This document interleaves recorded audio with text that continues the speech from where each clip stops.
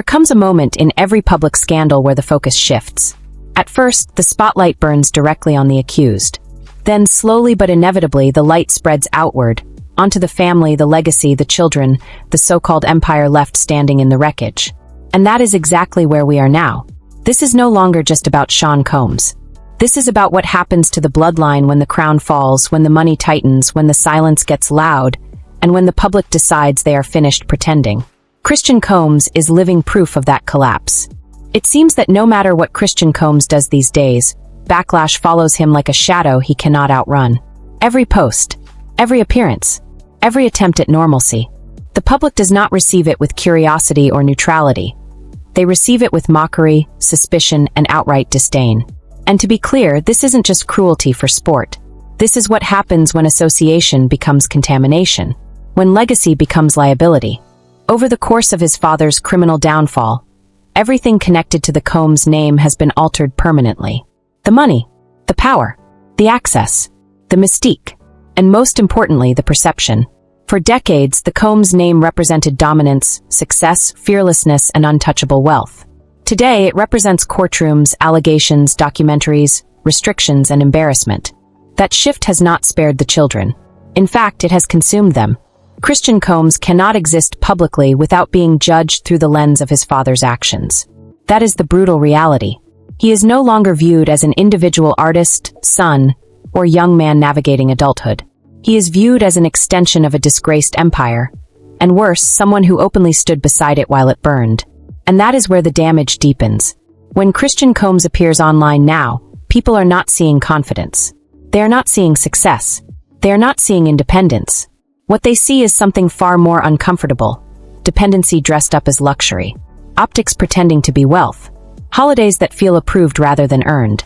A lifestyle that looks rented, invoiced, and monitored rather than owned.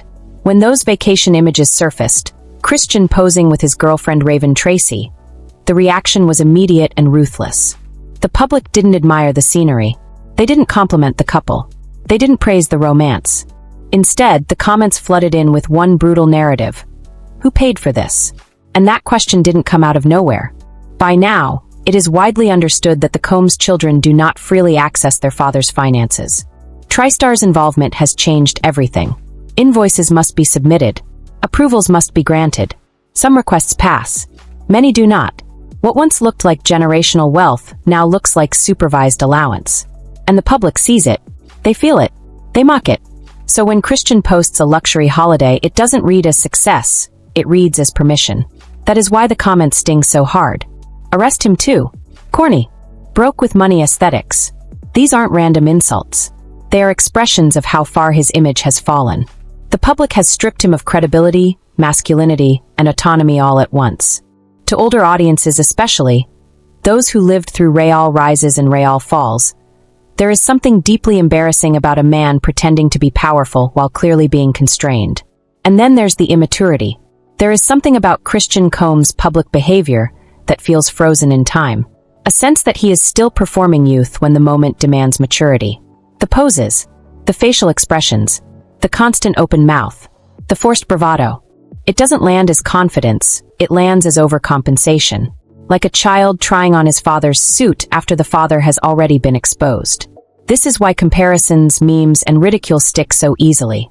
This is why even 50-cent insults cut deeper than usual. When the culture smells weakness, it doesn't show mercy. And Christian has given them too many openings. The moment he leaned into crude jokes, posting about books insinuating sexual endowment while his father was being publicly humiliated, the public response was sealed. Instead of laughter, there was revulsion. Instead of clout, there was cringe. Instead of separating himself from the chaos, he reinforced the very narrative destroying him. For older viewers, this behavior doesn't read as edgy. It reads as foolish, tone-deaf, disrespectful to the gravity of what is unfolding around him. There is a time for silence, humility, and restraint, and Christian Combs missed it entirely. And that's before we even address the legal shadows following him. Allegations tied to a yacht. Accusations involving inappropriate behavior. Lawsuits that never fully disappear. Even without convictions, the stain lingers. For a man already struggling with public perception, this is devastating. It confirms suspicions rather than disproves them. It pushes him further into the same swamp, dragging down the family name. When people say Christian Combs' stocks are low, they are being generous. His cultural value has collapsed. His musical efforts have gone nowhere. His collaborations fizzled. His association with Kanye West produced nothing but silence. His appearances in clubs and music circles failed to generate momentum. Everything he touches feels cursed, not because of talent, but because of timing and refusal to adapt. And Christian is not alone. The daughters, the fashion ventures, the appearances at elite events, the courtroom tears, none of it moved the needle. Their brand failed to launch. Their proximity to Kardashian spaces yielded no elevation. Their loyalty displays earned no sympathy. To the public, it felt performative, and worse, disconnected from accountability. Justin Combs faces his own legal challenges, his own optics issues, his own diminishing relevance. Being featured in documentaries without consent, appearing in footage that reshaped narratives, associating with already controversial figures. None of it helped. It compounded the damage. Janice Combs, forced into public denials. Statements issued not from power, but from defense. Even her presence now feels haunted by association. Nothing rises. Nothing grows. Everything stagnates. And this is the true tragedy of legacy collapse. When silence would have protected them, noise destroyed them. When strategy was needed, ego led. When separation was necessary, loyalty became a liability. 3 years have passed since the Cassie lawsuit detonated this empire. 3 years. And in that time, not one of these public-facing children successfully rebuilt their image, created independent wealth, or earned genuine public goodwill. Not one. This is not about cruelty. This is about consequence. They did not plan for longevity. They did not prepare for fallout. They did not think beyond immediate defense of their father. And now they are paying for that failure daily, in comments, in contracts lost, in projects shelved, in money restricted, and in laughter aimed directly at them. This is what happens when privilege meets crisis without wisdom. Continuously, what stands out most in this entire unraveling is not just what the Combs children did wrong. It is what they failed to do at the moments that mattered most. In times of crisis, silence can be powerful, but only when it is intentional, dignified, and strategic. In this case, silence became confusion, and confusion hardened into public judgment. From the very beginning of their father's legal downfall, the children moved as though reputation repair would take care of itself.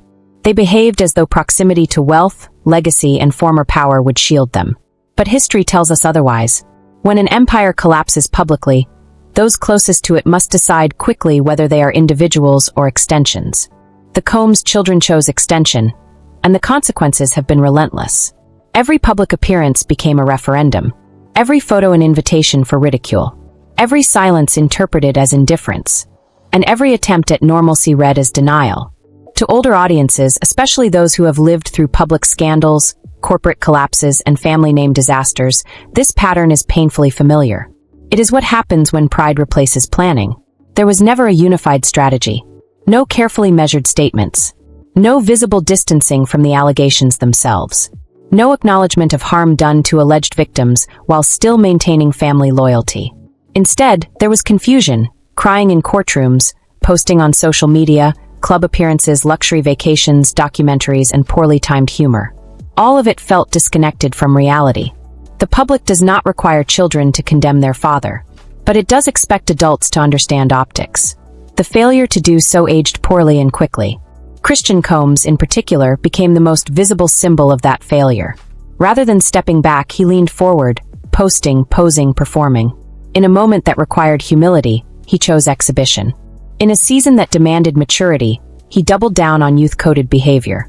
And the culture responded exactly as expected, with rejection. This is why every attempt at branding since has failed. Music requires emotional buy-in.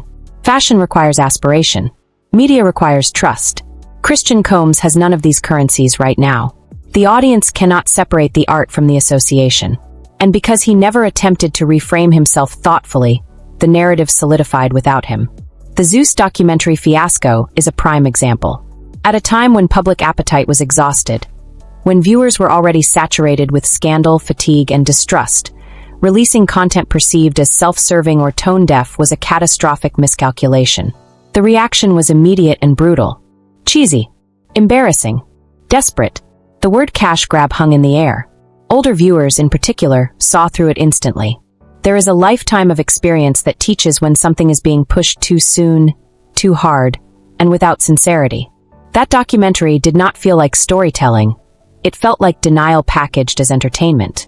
And then there was the shelved documentary, the one that never made it out because networks quietly realized there was no appetite. That silence was louder than any review. When an industry stops returning calls, that is not coincidence. That is consensus.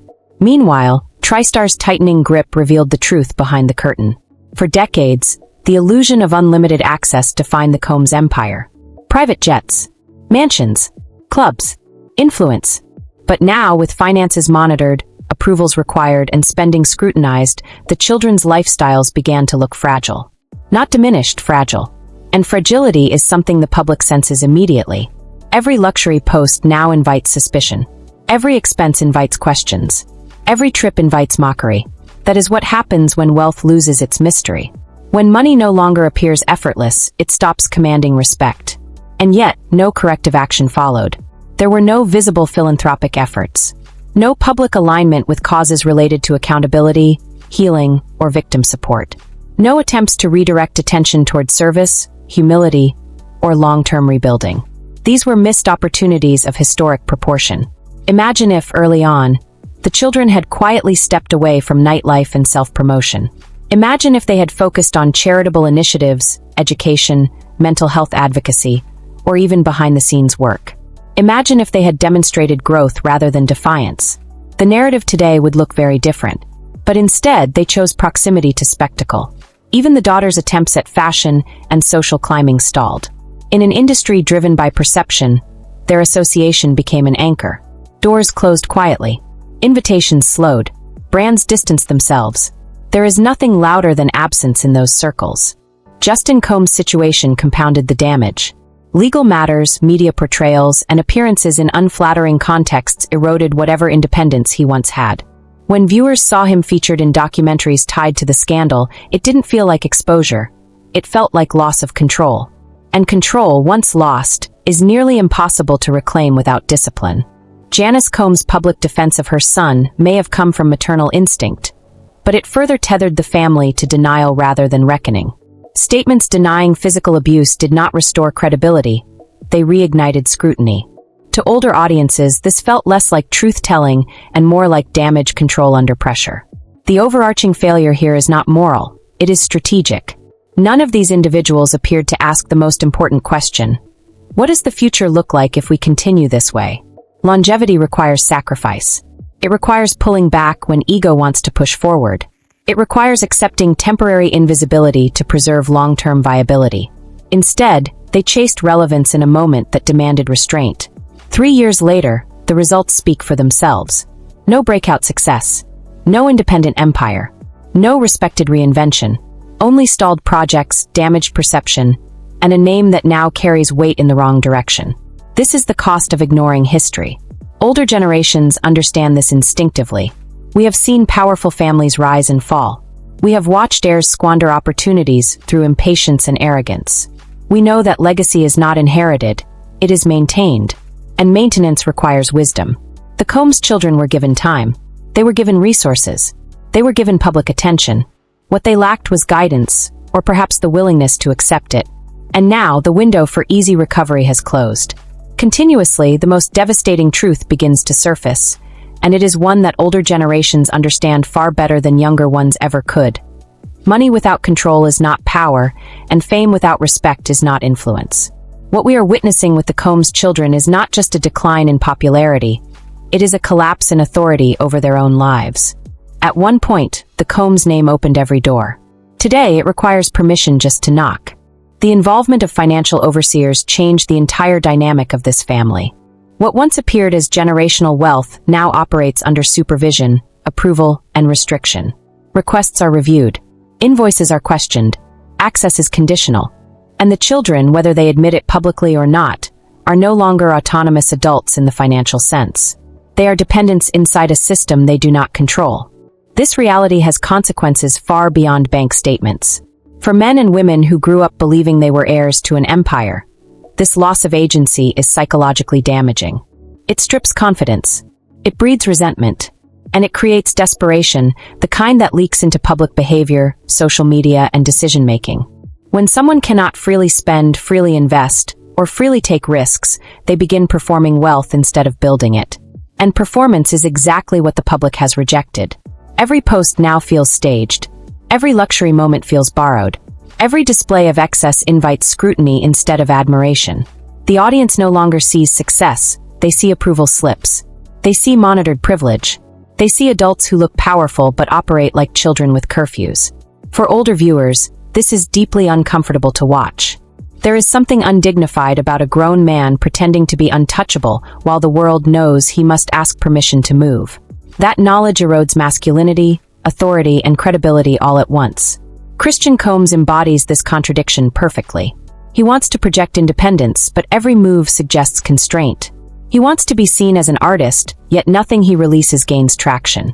He wants to live loudly, but the culture meets him with laughter. That laughter is not accidental, it is instinctive. People sense when power is hollow. The humiliation is subtle but relentless. When he posts, the comments do not engage with the content. They target the optics. They target his demeanor, his facial expressions, his posture, his presence. This is not just cruelty, it is cultural rejection.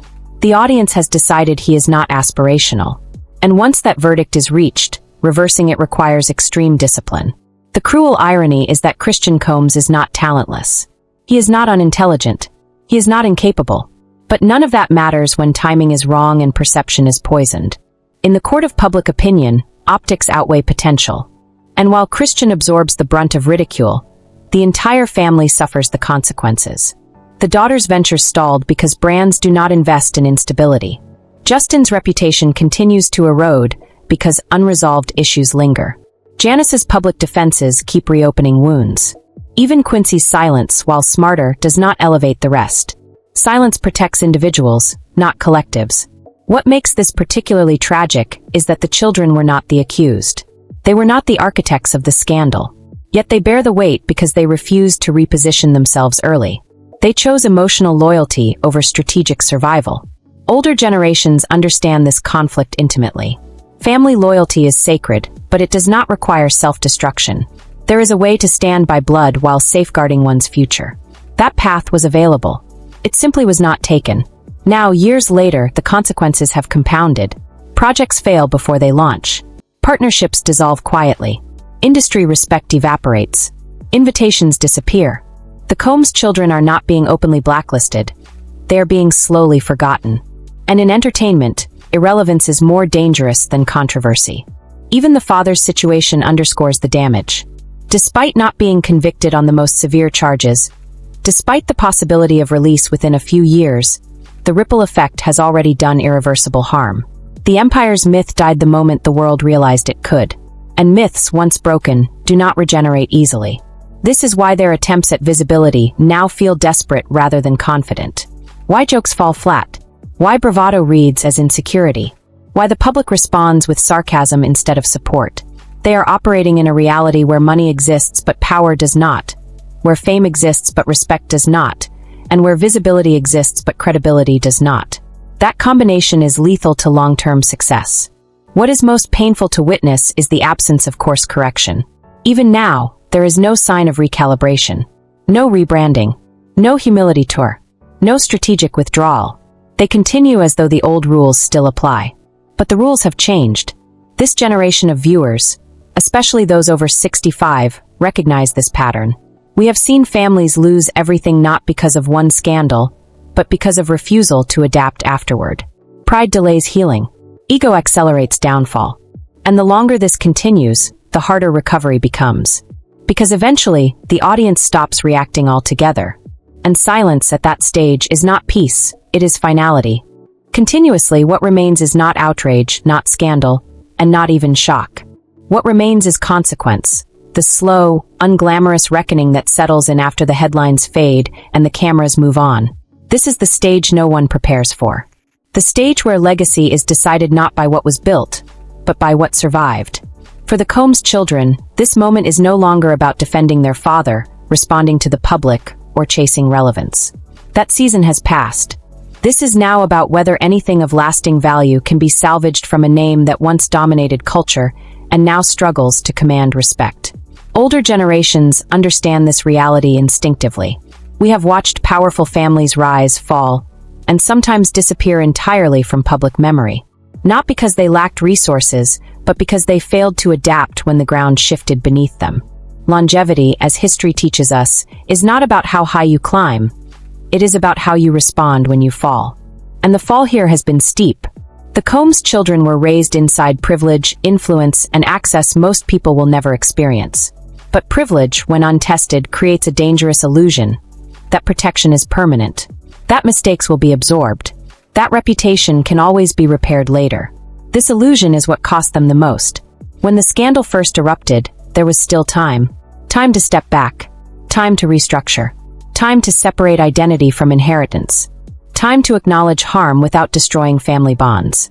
That window was real, and it closed slowly while no one acted decisively. Now, years later, the consequences are embedded. Christian Combs no longer faces criticism for what he does. He faces dismissal for who he represents. His public presence is treated as parody. His attempts at confidence are read as performance. His visibility does not generate opportunity. It generates commentary. That is a dangerous place for any public figure to exist. The others fare no better. The daughters' brands never took root because the soil was poisoned. Justin's image remains tangled in unresolved narratives. Janice's defenses, though maternal, cemented a perception of denial rather than dignity. Even silence, when unaccompanied by growth, becomes stagnation. This is not cruelty. This is cultural reality. The public does not owe anyone a reset. Resets are earned through action, accountability, and patience. They require discomfort.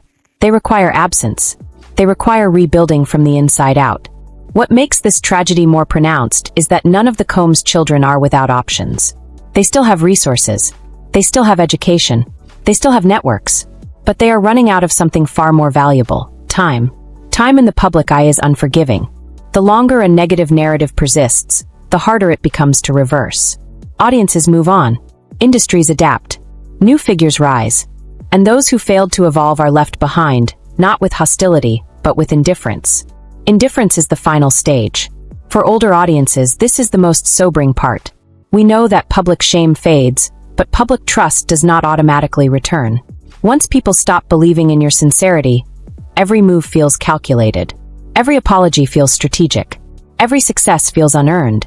If there is any path forward, it will require a complete redefinition of self. Not as heirs, not as celebrities, not as extensions of a fallen empire, but as individuals willing to disappear long enough to rebuild credibility. That means no social media theatrics, no luxury displays, no forced narratives, no proximity to controversy. It means discipline. It means service without cameras. It means philanthropy without branding. It means learning quietly, working privately, growing invisibly. This is how reputations are truly repaired, not through statements, but through consistent, unpublicized behavior over time. This is what older generations recognize as real character work. The tragedy is that this lesson often comes too late. Many families before them failed to learn it. Names once spoken with reverence now exist only in history books or footnotes. Wealth was spent, influence evaporated, and the children of power became cautionary tales. The Combs children are standing at that crossroads now. They can continue chasing relevance in a culture that has already moved on, or they can accept the uncomfortable truth that the spotlight is no longer their ally. They can keep performing success, or they can start earning something quieter but more durable: respect. This is not about punishment. It is about choice. History will not remember how many likes were received, how many parties were attended, or how loudly loyalty was displayed. History remembers restraint. It remembers wisdom. It remembers those who knew when to step back and rebuild rather than double down and collapse. The father's story will be written by courts and journalists. The children's story, however, is still being written by their decisions. And that is the final weight of this moment. Legacy is not inherited. It is sustained. And when sustained poorly, it becomes a burden rather than a gift. What happens next will determine whether the Combs name fades quietly into irrelevance or slowly reemerges in a different, more humble form. Either way, the old era is gone. The aura is gone. The illusion is gone. What remains is truth.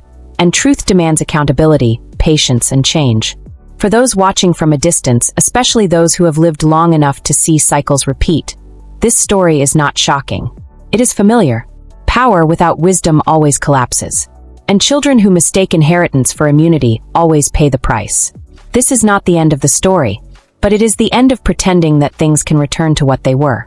And that, more than anything else, is the lesson history will remember.